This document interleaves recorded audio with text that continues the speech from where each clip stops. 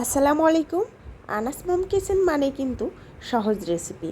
আজকে আমি বাচ্চাদের জন্য খুব সহজ একটা নাস্তা রেসিপি শেয়ার করছি।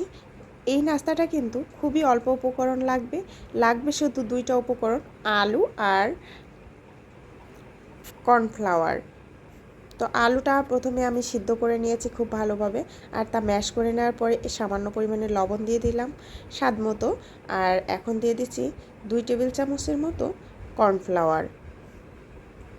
ব্যাস, এর মধ্যে কিন্তু আর অন্য কোনো উপকরণ অ্যাড করব না।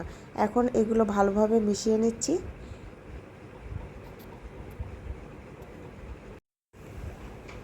মিশানো হয়ে গিয়েছে।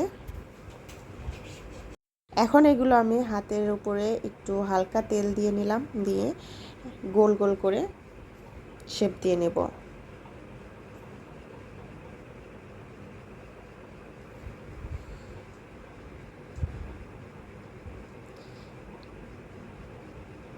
দেখুন এইরকম শেপ দিয়ে নিয়েছি আমি সবগুলা। আর এখন গরম তেলের উপরে এইগুলো আমি দিয়ে দিচ্ছি।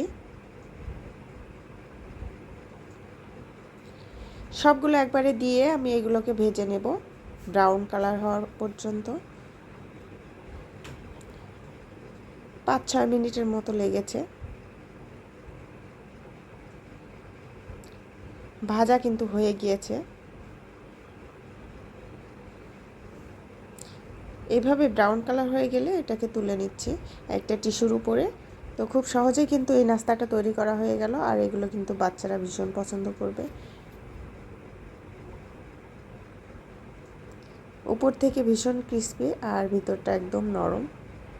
তো সবাই ভালো থাকবেন, সুস্থ থাকবেন। আল্লাহ হাফেজ। আসসালামু আলাইকুম।